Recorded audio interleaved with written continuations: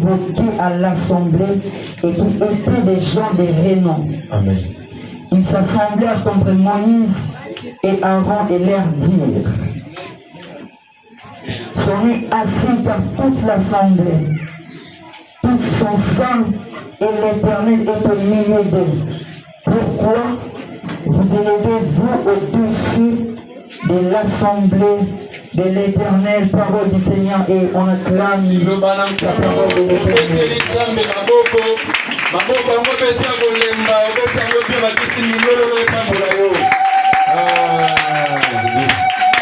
Shalom, peuple de Dieu. Grande est ma joie de me tenir encore aujourd'hui devant nous. Alléluia. Amen. Je rends grâce à Dieu pour notre papa, l'apôtre Franck Pongo, pour la marque de confiance renouvelée encore à ma petite personne, et aussi pour l'organisation des systèmes, pardon, l'organisation des séminaires. Je rends grâce à Dieu pour la vie de notre papa. Je salue aussi la présence de notre papa Martin, le docteur John, l'évangéliste Jonathan qui n'est pas du tout là, il vient de se déplacer. L'évangéliste Kenda, on interprète le verset vert. Papa Moïse ainsi que le modérateur. Alléluia. Qui dit de bénir, toi aussi qui est là. Alléluia. Un peu étrange, pardon, de la coiffure que j'ai faite. Non, je ne suis pas étrange. Alléluia. La Bible nous apprend qu'Élisée aussi était un peu comme ça. Alléluia. Amen. Non, si je l'ai fait, c'est par recommandation divine. Alléluia. On n'est pas là-bas, nous allons directement nous plonger à notre thématique de cette soirée. Je nous parlerai de la dénomination, mais peut-être tout au long de mon sermon de cette soirée. Mais notre thématique, le thème qui nous réunit en série est intitulé Malheur aux provocateurs. Malheur aux provocateurs. Nous connaissons tous que le malheur est un événement pénible. Nous connaissons que le malheur est une condition qui est pénible et désastre. Le malheur est une catastrophe ou une malchance. Et quand on parle provocateur, c'est vraiment la définition que le dictionnaire m'a donné. Je n'ai pas été convaincu même à vous. Surtout pardon de notre thème qui est affilié au malheur, pardon de ces concepts provocateurs qui est affilié au malheur. Mais prenons quand même ce que le dictionnaire dit. Le dictionnaire dit un provocateur est une personne qui provoque. Une personne qui incite à la violence. Mais quant à ce qui me concerne, je n'irai pas du tout dans la définition du dictionnaire. Moi ici je viens nous parler des provocateurs comme étant les ennemis ou les adversaires. En d'autres termes, malheur aux adversaires et aux ennemis. Alléluia. Amen. Vous savez cette soirée, il ne s'agit pas que des ennemis physiques. Il ne s'agit pas que des ennemis spirituels. Il ne s'agit pas que des provocateurs humains. Il est fort probable que ton provocateur soit peut-être une maladie inconnue. Il est fort probable que ton provocateur de cette soirée soit peut-être la pauvreté qui attend en direct. Et que sais-je encore? Je ne sais pas qui est ton provocateur cette soirée. Mais la bonne nouvelle que je fais pour toi, d'ici la fin de ces séminaires, venez dans les Seigneurs pour nous que ces provocateurs et ces incidents seront maudits par la parole de l'Éternel. Je vais vous dire, il ne s'agira pas que des malédictions que nous ferons sortir. Mais ces malédictions viendront de celui qui nous a créés. Nous sommes ses enfants. Et parce que nous sommes ses enfants, tout celui qui nous maudit est un provocateur. Or que la Bible nous dit, maudit soit celui qui te maudit. Je vais dire un enfant de Dieu, c'est un provocateur de cette soirée. Il ne m'a pas bien saisi. J'étais en train de nous dire que ton provocateur de cette soirée est déjà maudit avant même qu'il n'était maudit.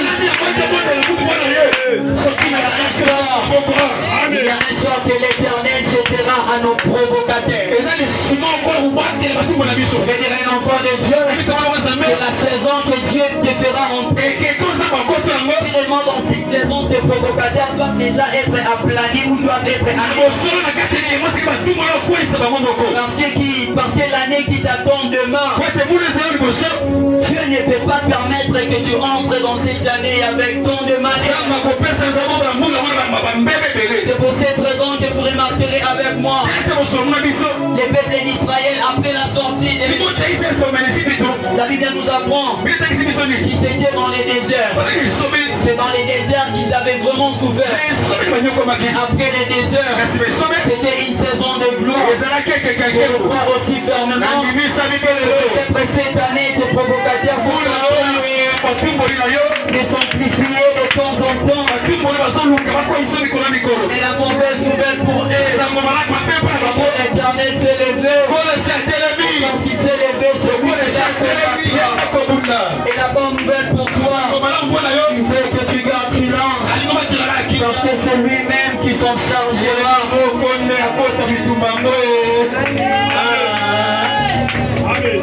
Mais bien dans les Seigneurs, l'histoire que je nous amène cette soirée étirée du livre de Moïse. Les livres Pentateuque comme nous aimons les dire. Nombre chapitre 16, les versets 1 à 40. Qu'est-ce que la Bible nous apprend? La Bible nous apprend sur Dathan, Abiram et Corée qui étaient jugés. Déjà partons du 3 premiers versets que nous avons lus. Nous allons comprendre que ces trois personnes se sont décidées de s'opposer à Moïse. Il est fort probable que ça soit aussi ta situation cette soirée. Tu es là, tu te dis non, je me porte bien. Mais de l'autre côté, il y a des gens qui complotent contre toi sans que tu ne les saches. Et toi, tu te dis non, tout va bien. Parce que tu manges. Parce que tu t'endormes. Parce que tu fais presque tout. Tu te dis non, tout va bien, tout va bien. Donc de l'autre côté, il y a Abiram, il y a Corée, il y a Dathan qui sont en train de chercher Tachi. Je vais dire un enfant de Dieu, c'est vrai qu'ils seront nombreux et ils attendront Tachi. Mais ne t'inquiète pas, parce que celui qui est à ton côté, il est plus grand, plus grand et encore plus grand. Je vais dire un enfant de Dieu, celui qui est à ton côté n'est pas seulement plus grand qu'eux, mais il est aussi plus grand que les complots qu'ils sont en train de faire. Je crois cette soirée, bien dans le Seigneur, l'Éternel révélera leur complot à toi. Ça, ton amen ne me convainc pas.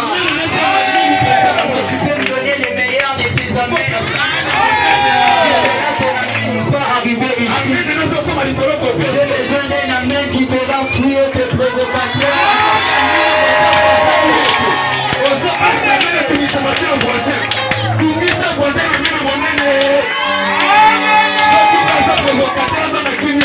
C'est verset 1. La Bible dit quoi?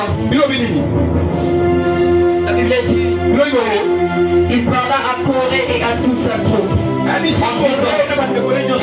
Demain l'Éternel fera connaître qui est à lui et qui est saint. Et il les fera approcher de lui. Il fera approcher de lui celui qu'il choisira. Je vais dire un enfant de Dieu. C'est vrai qu'ils sont nombreux. Et ils sont déjà aussi en train de corrompre le peuple. Parce qu'au verset 3, la Bible nous apprend que ces gens étaient des gens de renom. Avec moi, et la Bible nous apprend que quand ces 3 personnes se sont levées, il y a eu aussi 250 hommes qui se sont levés pour eux. Il est verset 5. Ça doit être aussi ton courage cette soirée. C'est vrai que les provocateurs sont là. C'est vrai qu'ils attendent d'être achetés. C'est vrai qu'ils veulent te voir échouer. C'est vrai qu'ils veulent te voir finir. Mais, aie juste courage. Je vais dire un enfant de Dieu, dans cette fin d'année, aie courage. Ne te décourage pas. Ne te décourage pas. Ça marche ou ça ne marche pas. Ne te décourage pas. Moïse a vu ces personnes qui s'opposaient à lui. Et il a dit non, ce n'est pas grave. C'est parce que Moïse connaissait celui qui était en lui. Je vais dire à un enfant de Dieu, il est temps que tu prennes des décisions. La Bible nous dit que Moïse s'est fâché. Il a dit son nez assez. Ça signifie non, je marre de tout ça. C'est de temps en temps que vous êtes en train de vous opposer à moi. Aujourd'hui c'est la fin. Je suis fatigué de ce tourment. Il est temps que tu dises à tous les malheurs qui t'arrivent dans la vie, c'est fini aujourd'hui. C'est fini cette maladie, c'est fini aujourd'hui. C'est la finalité de mes problèmes. Il est temps que tu dises à tes adversaires, j'en ai assez de tout ça. Ça ne peut plus continuer. Il est temps que tu prennes des décisions. Si tu ne prends pas une décision, personne ne la prendra pour toi. Si tu ne te décides pas de changer ta façon de vivre, personne ne la fera pour toi. Décide-toi de tout changer. Moïse a dit non, j'en ai assez. Je suis fatigué de tout ça. C'est de temps en temps que vous vous opposez à moi. C'est vrai que je reste calme. Mais mon silence ne veut pas dire que je suis faible. Mon silence ne démontre pas ma faiblesse. C'est tout simplement parce qu'il m'a dit, toi garde silence car moi je combattrai pour toi. Mais parce que je sens que vous ne faites compliquer vos problèmes, vos opprobles, je dois maintenant m'opposer. Il est temps que tu t'opposes aux adversaires de ta famille. Il est temps que tu t'opposes à cette pauvreté. Il est temps que tu t'opposes à ce qui t'a fait souffrir tout au long de cette année. N'entre pas en Canaan avec les choses de l'Égypte. N'entre pas en 2026 avec les problèmes de 2025. Cela doit finir. Ça doit finir aujourd'hui. Ça doit finir. Ça doit finir. Le Dieu qui nous choisit est celui qui nous donne des certitudes face à nos ennemis. Je vais dire un enfant de Dieu, c'est celui qui t'a choisi et t'a établi. C'est celui qui t'a aussi donné des certitudes face à tes ennemis. Moïse était conscient que Dieu était de son côté. C'est pour cette raison qu'il a dit, l'Éternel fera connaître qui est à lui et qui est ça. Et il les fera approcher de lui. Il fera approcher de lui celui qu'il choisira. Je vais te poser une question. Es-tu réellement le choix de Dieu? Ou soit tu es le choix des hommes? Si tous ces malheurs t'arrivent, tu dois faire de l'introspection. Tu dois faire ce que le docteur John a dit l'autre fois. Tu dois faire de l'auto-évaluation. Es-tu réellement le choix de Dieu? Ou soit tu n'es qu'un appelé? Est-ce que là où tu es, c'est l'endroit où Dieu veut que tu sois? Mais Moïse était conscient qu'il était choisi par Dieu. C'est pour cette raison qu'il avait tant de certitudes. J'aimerais aussi que toi, cette soirée, que tu aies des certitudes et dire non, je sais que Dieu le fera. Même s'il ne le fait pas maintenant, demain, je sais que mon Rédempteur, il n'est pas mort. Il n'est pas dans la tombe. Il se lèvera. L'an dernier, mais jamais en retard. C'est vrai qu'il viendra à 23h, mais il ne sera pas en retard. Il sera le dernier, mais au moins il arrivera avant que l'aurore n'apparaisse. Je le crois que mon Rédempteur se lèvera. Je déclare cette soirée, le Rédempteur du ciel se lève dans ta situation.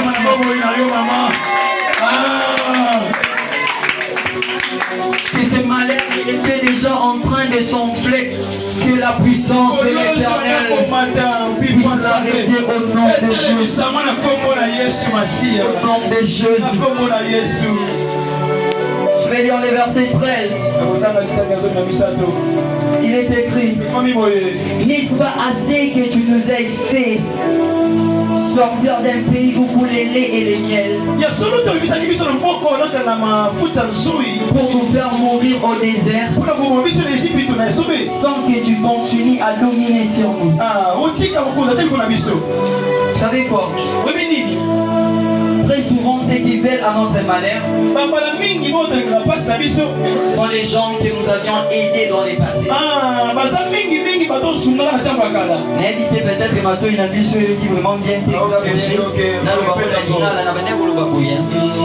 Bambala mingi bato oyo balukaka mpasi na biso to kokweya na biso bazalaka bato oyo biso tosunga na baane oyo eleka. Vous savez pourquoi?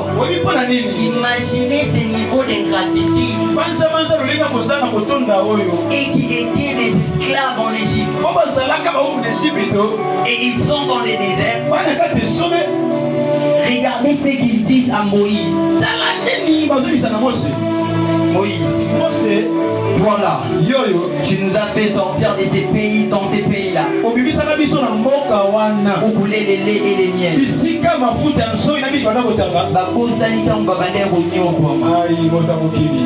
Et Moïse nazalaki libérateur na bango. À moins que bato bazobundisa yo, ata une fois osala bango bolamu. Soki osala bango bolamu na déclaré na kombo ya Nzambe ya alliance oyo, na kombo ya Nzambe ya église, Nzambe ya lola akutana na bango.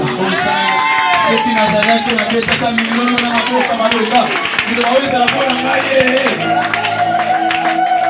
ils ont oublié tout ce que Moïse avait fait. Ils ont oublié qu'ils avaient souffert.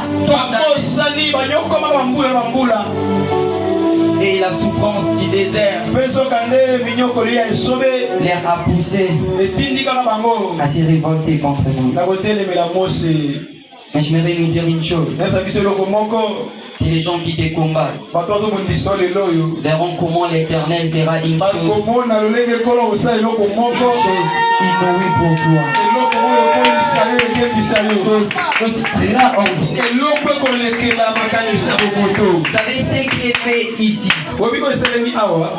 De Genèse jusqu'à Nombre. Bon, on s'arrête d'abord là pour ne pas aller dans d'autres versets. Pardon, dans d'autres livres. Cela n'a jamais été fait. Nous allons lire ça. 25. La Bible dit Moïse s'éleva et alla vers Dathan et Abiram et les anciens d'Israël les suivirent. Il parla à l'assemblée et dit éloignez-vous des tentes de ces méchants hommes et ne touchez à rien de ce qui leur appartient des pères, que vous ne périssiez en même temps, qui seront punis pour tous leurs péchés. Ils se retirèrent de toutes parts, loin de la demeure des Corée, de Dathan et d'Abiram. Dathan et Abiram sortirent et se tinrent à l'entrée de leurs tentes avec leurs femmes, leurs fils et leurs petits-enfants. Regardez ce que Dieu fera. L'Éternel m'a envoyé pour faire toutes ces choses. Et que je n'agis pas de moi-même.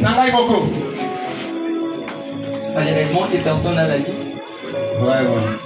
J'aurais souhaité que nous ayons nos Bibles en papier pour surligner ça. Les versets 29. J'aimerais que même quand tu rentreras à la maison, à chaque temps que tu verras comment tes provocateurs commenceront à s'enfler, à s'amplifier, que tu te souviennes toujours de ces versets. Les versets 29, la Bible dit si ces gens meurent comme tous les hommes meurent. Vous savez, quand il y a des provocateurs qui se croient être des experts, ils doivent aussi y avoir des défis experts pour leur prouver que notre Dieu n'est pas dans l'ordinaire, il est dans l'extraordinaire. J'étais en train de nous dire, vous savez, quand il y a des gens qui pensent qu'ils sont des meilleurs, tu dois leur montrer et prouver. C'est vrai que tu ne fais pas comme eux. C'est vrai que tu ne te fais pas voir. C'est vrai que tu ne te bombes pas la boîte.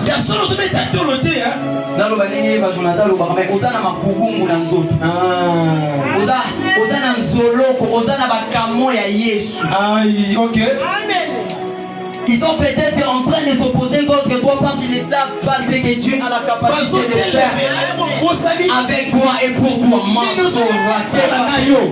Je vais dire un enfant de Dieu. Les choses que Dieu fera pour toi seront des choses inouïes, extraordinaires qui ne sont jamais faites. Si ces gens meurent comme tous les hommes meurent, je m'imagine que cet homme a gardé vraiment na Congo Nzambe. Moïse a lancé déjà le livre Momoni. Ceux qui battent, ils vont battre, sont na linesa mwana Nzambe mo basali erreur ya kozala ba provocateur na yo parce que bato bazobundiso bakutana na Nzambe ayebi te ke Nzambe ayebisa yo kaza na ngambo na yo eke moto ya kobundiso akokutana na yo te akokutana na moto abenga yo ayebi que si tu vis, ce n'est plus toi qui vis, c'est Christ qui vit en toi, parce que tu as été crucifié avec lui.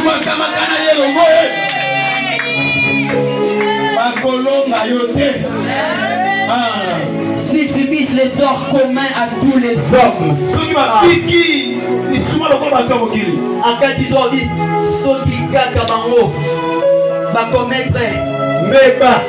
je ne sais pas comment les dire en lingala, permettez-moi de les dire en français. Si seulement ils divisent les sorts comme tous les autres, ce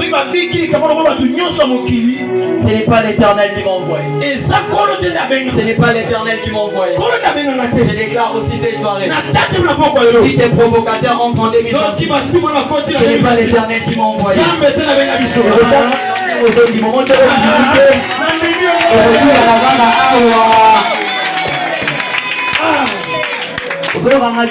J'étais en train de nous dire que si tu ne les crois pas, cela s'arrêtera seulement ici. Tu vas dire un amen qui est plus que l'amen de ton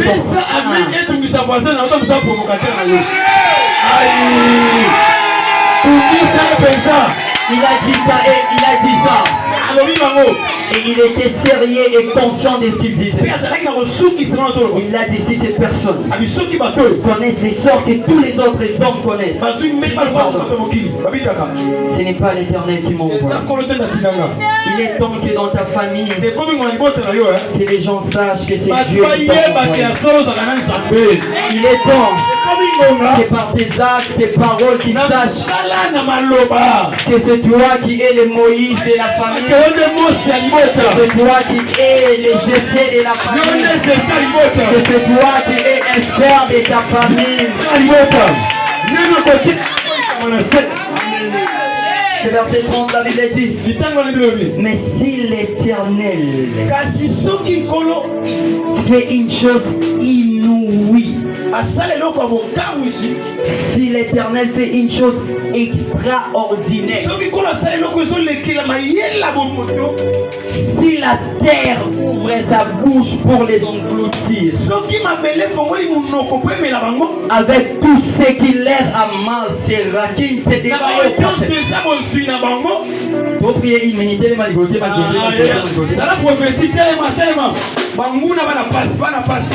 ok. La personne est en train de déclarer ton des paroles. Et assis ici où tu vas. Directement, tu te sens que vous inouïs la carte. Oh Jésus. Amen, papa. C'est la Bible. La Bible dit que Moïse n'avait pas encore fini de prononcer ses paroles. Subitement, ces personnes s'étaient trouvées directement dans les séjours des morts. Ils ont été enterrés vivants. Cela veut dire qu'ils ont eu un sort qui est vraiment désastreux. Je le crois aussi que ceux qui attendent les tachis auront un sort. Auront un sort qui étonnera les gens. Je le crois. Si toi tu ne crois pas, moi je le crois à ta place. Je le crois à ta place. Directement, ces personnes se sont trouvées directement sous la terre. Le verset 32. Au-delà de la lecture, j'aimerais. C'est aussi une déclaration que je suis en train de faire pour toi. Le verset 32, la Bible dit, la terre ouvrit sa bouche et les engloutit. Vous savez quoi? Le plus grand problème avec notre Dieu, il n'aime pas que les adversaires puissent nous toucher parce que nous sommes la prunelle de ses yeux. Et qu'est-ce que Dieu fait quand une personne nous touche? Quand il s'agit de la malédiction, l'Éternel, la malédiction de nos ennemis, l'Éternel a la capacité de maudire jusqu'à la 4e génération ou même professionnellement.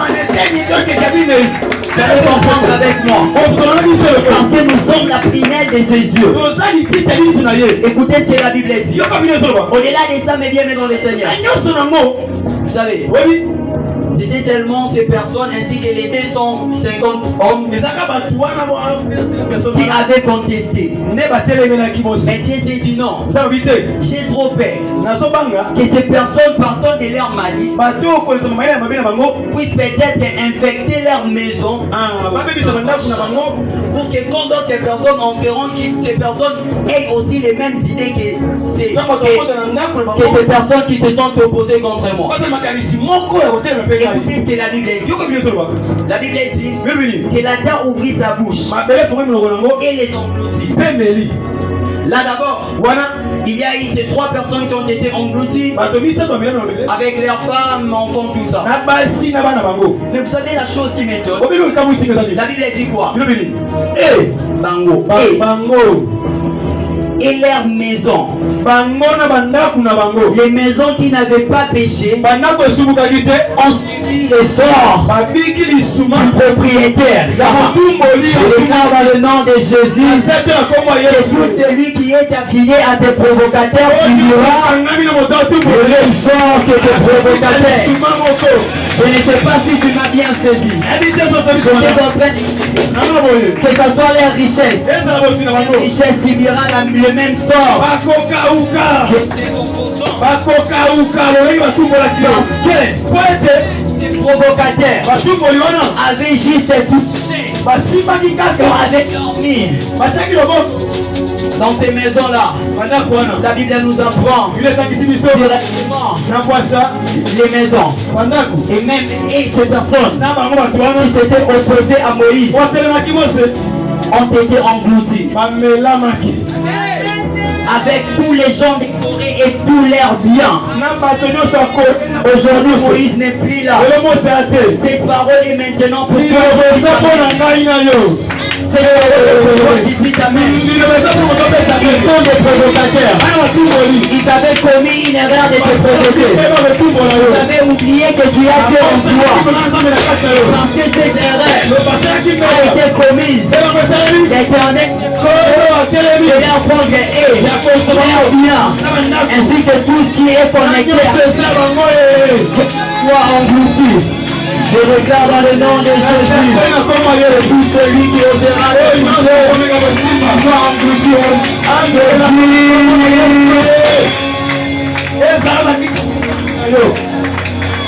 que ça soit l'air bien. Mais bien, mais dans le Seigneur, c'est l'Éternel qui les fera. Il est celui qui a la capacité de faire disparaître une race dans le monde. Je déclare dans le nom de Jésus que toute la progéniture et ce provocateur soit exterminé au nom de Jésus.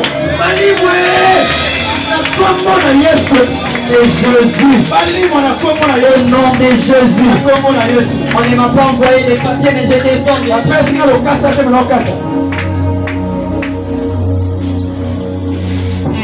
Le verset 33. Il descendit en vivant dans les séjours des morts. Et tout ce qui leur appartenait. Et ensuite, parce qu'il est le Dieu des œuvres achevées. Évangéliste Ken l'a demandé moi quoi? Il est le Dieu des œuvres achevées. Qu'est-ce que la Bible nous apprend? La Bible nous apprend que la terre avait ouvert sa bouche et avait avalé toutes ces personnes ainsi que leurs biens. Mais parce que Dieu avait trop peur, il y a des personnes qui étaient affiliées à Moïse et que ces personnes viennent regarder ce qui était en train de se passer.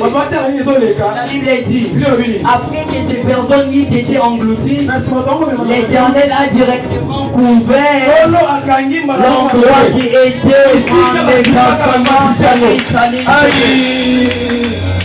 je déclare dans le nom de Jésus, il y a une extermination qui se fait maintenant. Il y a une extermination qui se fait maintenant.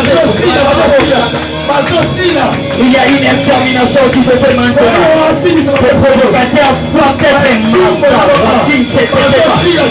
Ils doivent être en séjour engloutis.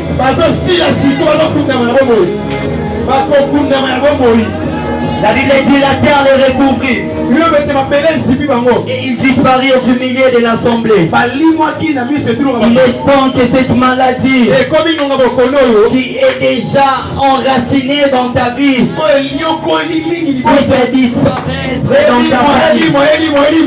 Je déclare dans le nom de Jésus que si tu as la foi cette soirée, cette maladie qui est ton masque,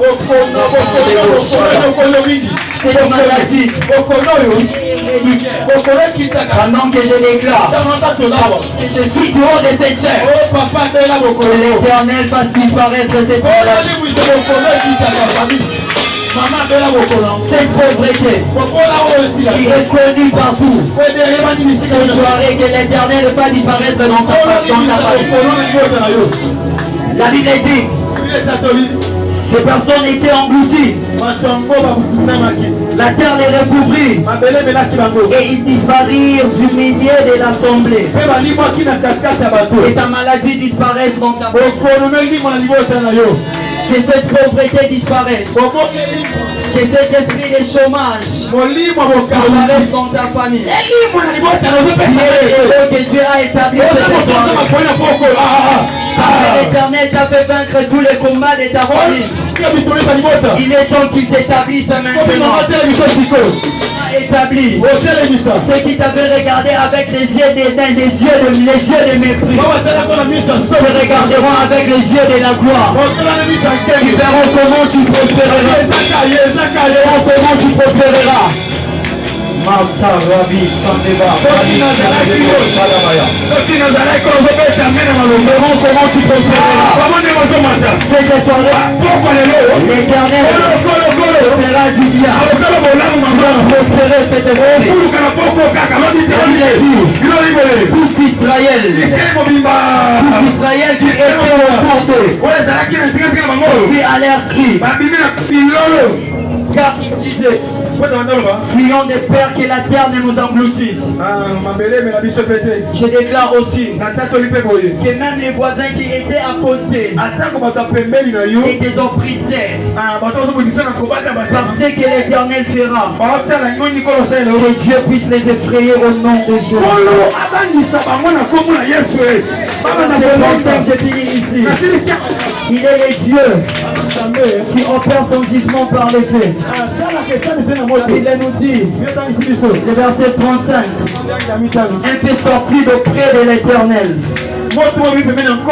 Et consignement les 250 hommes qui offraient que cette soirée aussi fait sorte de l'Éternel et consume tout ce qui était contre toi, tout ce qui attendait de voir priver. Il y a un malheur contre eux. Ce qui avait commencé, l'Éternel est englouti. Que l'Éternel est englouti. Que l'Éternel est englouti. Que l'Éternel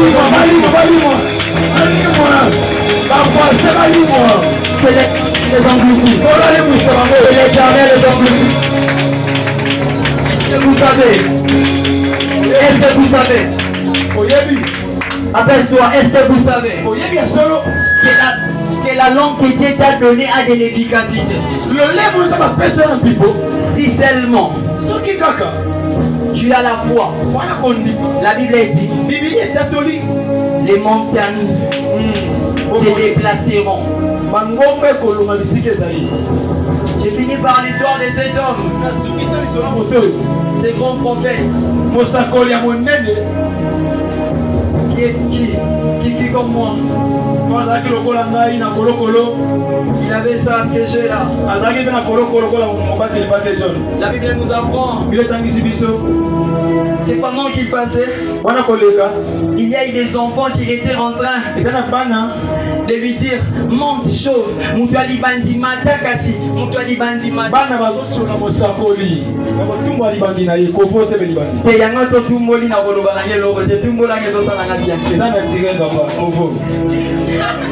Alléluia. Amen.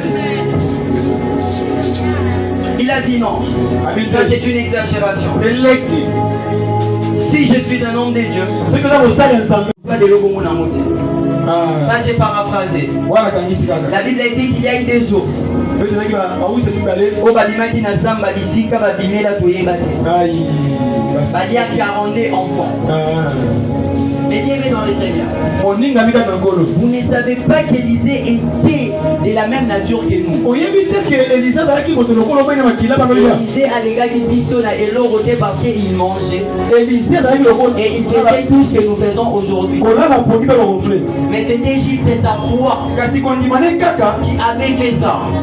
Toi aussi cette soirée. Tu vas déclarer, je ne sais pas ce que tu déclareras contre tes provocateurs.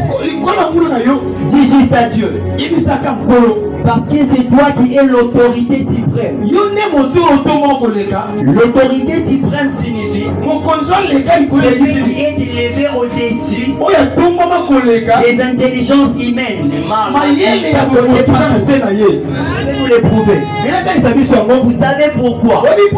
Les terres est en dessous du ciel. Pardon, la terre est en dessous du ciel. Et que quand la Bible nous parle de Dieu, la Bible ne dit pas que Dieu est sous la terre. La Bible dit qu'il demeure où? Dans les cieux. Et parce que Dieu est dans les cieux et que la terre est en bas, cela est en train de prouver que les pensées de Dieu sont élevées au-dessus des pensées de Dieu. Cela veut dire que l'autorité de Dieu, l'autorité de Dieu a de la suprématie. Et parce que son autorité a de la suprématie, je déclare que tes provocateurs, donc au nom de Jésus.